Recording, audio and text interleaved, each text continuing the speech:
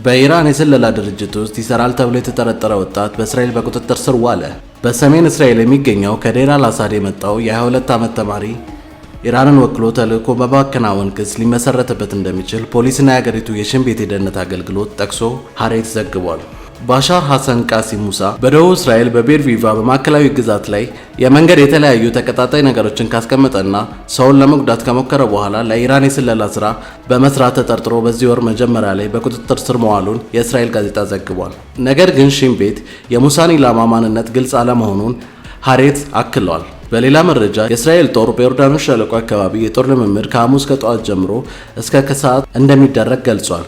በልምምድ ወቅት በአካባቢው ከፍተኛ ወታደራዊ ተሽከርካሪዎች እንቅስቃሴ እንደሚኖር አክሏል። ልምምዱ እስራኤልን በአሜሪካ ፕሬዝዳንት ዶናልድ ትራምፕ አደራዳሪነት ከኢራን ጋር የተኩስ አቁም ስምምነት ከጀመረ ከቀናት በኋላ ነው። አሜሪካ ዳግም ጥቃት ከሰነዘረች ወየሁላት። አያቶላ አሊ ካሚኒ። የኢራን ሁለንተናዊ መሪ አያቶላ አሊ ካሚኒ አሜሪካ ዳግም በኢራን ላይ ጥቃት ካደረሰች የከፋ ምላሽ እንደሚሰጡ አስጠንቅቀዋል። ከኢራንና እስራኤል የተኩስ አቁም ስምምነት በኋላ ለመጀመሪያ ጊዜ አያቶላ አሊ ንግግር አድርገዋል። በቴል አቪቭ በሰጡት መግለጫ በኳታር በሚገኘው የአሜሪካ የጦር ሰፈር ላይ የፈጸምነው ጥቃት ዋሽንግተን ዳግም ጥቃት ከሰነዘረች ልትጠብቀው የሚገባው ምሳሌ ነው ብለዋል። በኳታርና ኢራን የሚገኘው የአሜሪካ ጦር ሰፈር ላይ ኢራን ድብደባ መፈጸሙ ይታወሳል። በሌላ ዜና የሩሲያና ዩክሬን ሶስተኛ ዙር ድርድር የሩሲያ ዩክሬን ሶስተኛው ዙር ድርድር ከእስረኛ ልውውጥ በኋላ በኢስታንቡል የሚካሄደው ቀን ይቆረጥለታል ተባለ። የክሬምሊን ቃል አቀባይ ዲሚትሪ ፔስኮቭ ለጋዜጠኞቹ በሰጡት መግለጫ እስረኞች ከተለዋወጥን በኋላ ሶስተኛው ዙር ድርድር የምናደርግበትን ዕለት እንወስናለን ብለዋል። ሩሲያና ዩክሬን ባለፉት የፈረንጆች ሰኔ 2 በኢስታንቡል ባካሄዱት ሁለተኛ ዙር ቀጥተኛ ድርድር የሰብአዊ ስምምነትን ለመስራት ለማከናወን ተስማምተዋል። እስረኞቹ መለዋወጥና ሌሎች ስምምነቶች ተፈጻሚነትን ካገኙ በኋላ የሶስተኛው ዙር ድርድር ቀን መቁረጥ ያስችላል ብለዋል ፔስኮቭ። ሩሲያና ዩክሬን 1000 ታሳሪዎችን በ1000 ለመለወጥ እንዲሁም ታማሚና ከ20 ዓመት በታች የሆኑ አገልጋዮችን ለመለዋወጥ መስማማታቸውን ይታወሳል። ይህ በእንዲህ ሳለ ኢራንን እጅ የማሰጠት እንጂ በጭራሽ ከኒውክሌር ማበልጸጊያ ጋር በፍጹም ግንኙነት እንደሌለው የሀገሪቱ ጠቅላይ መሪ አያቶላ ካሜኒ ተናገሩ። ከኢራንና እስራኤል የተኩስ አቁም ስምምነት በኋላ ትናንትና ለመጀመሪያ ጊዜ አያቶላ ንግግር አድርገዋል። አያቶላ በቴሌቪዥን በሰጡት መግለጫ ጥቃቱ የኢራን የኒውክሌር መርሃ ግብርን ለማደናቀፍ ምንም አይነት ፋይዳ አላስገኘም ያሉት ሲሆን በኳታር የሚገኘው የአሜሪካ አየር ጦር ሰፈር ላይ የወሰዱት አጸፋ ከባድ ጉዳት እንዳደረሰ ገልጸዋል።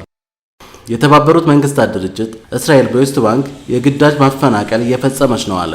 የተባበሩት መንግስታት የሰብአዊ ጉዳይ ማስተባበሪያ ቢሮ ኦቻ በዌስት ባንክ ውስጥ በሚገኘው የማስፈሪያ ቦታ አካባቢ በሶስት የፊልስጤም ማህበረሰቦች የሚኖሩባቸው ሁሉም ህንፃዎች እንደሚወድሙ የእስራኤል ጦር ማሳሰቢያ አውጥቷል። ቢያንስ 1200 ሰዎች ከ500 በላይ ህጻናት ጨምሮ አሁን ወታደሮቹ ያቀዱትን የማፍረስ ተግባር ከፈጸሙ በግዳጅ የመፈናቀል ስጋት ላይ ናቸው ሲል ኦቻ ገልጿል። በዌስት ባንክ ውስጥ ለፍልስጤማውያን የከፋ ሁኔታ በተመለከተ የቅርብ ጊዜ የኩነት ዘገባ እንዳመለከተው ኦቻ ከሰኔ 13 እስከ 23 ባለው ጊዜ ውስጥ የእስራኤል ወታደሮች 240 የፍልስጤም ቤቶችን እንደ ወታደራዊ መጠለያና የምርመራ ማዕከል ለመጠቀም ለጊዜው እንደያዘውን ዘግቧል።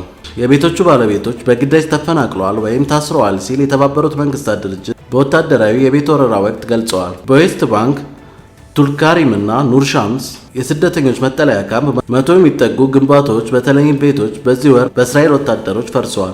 በምስራቅ ኢየሩሳሌም ውስጥ ደግሞ 320 የሚጠጉ ነዋሪዎች በሶስት የፍልስጤም ማህበረሰቦች ውስጥ እንደገና የመፈናቀልና የማፍረስ ዛቻዎች ተደቅኖባቸዋል ሲል ኦቻ አስታውቋል።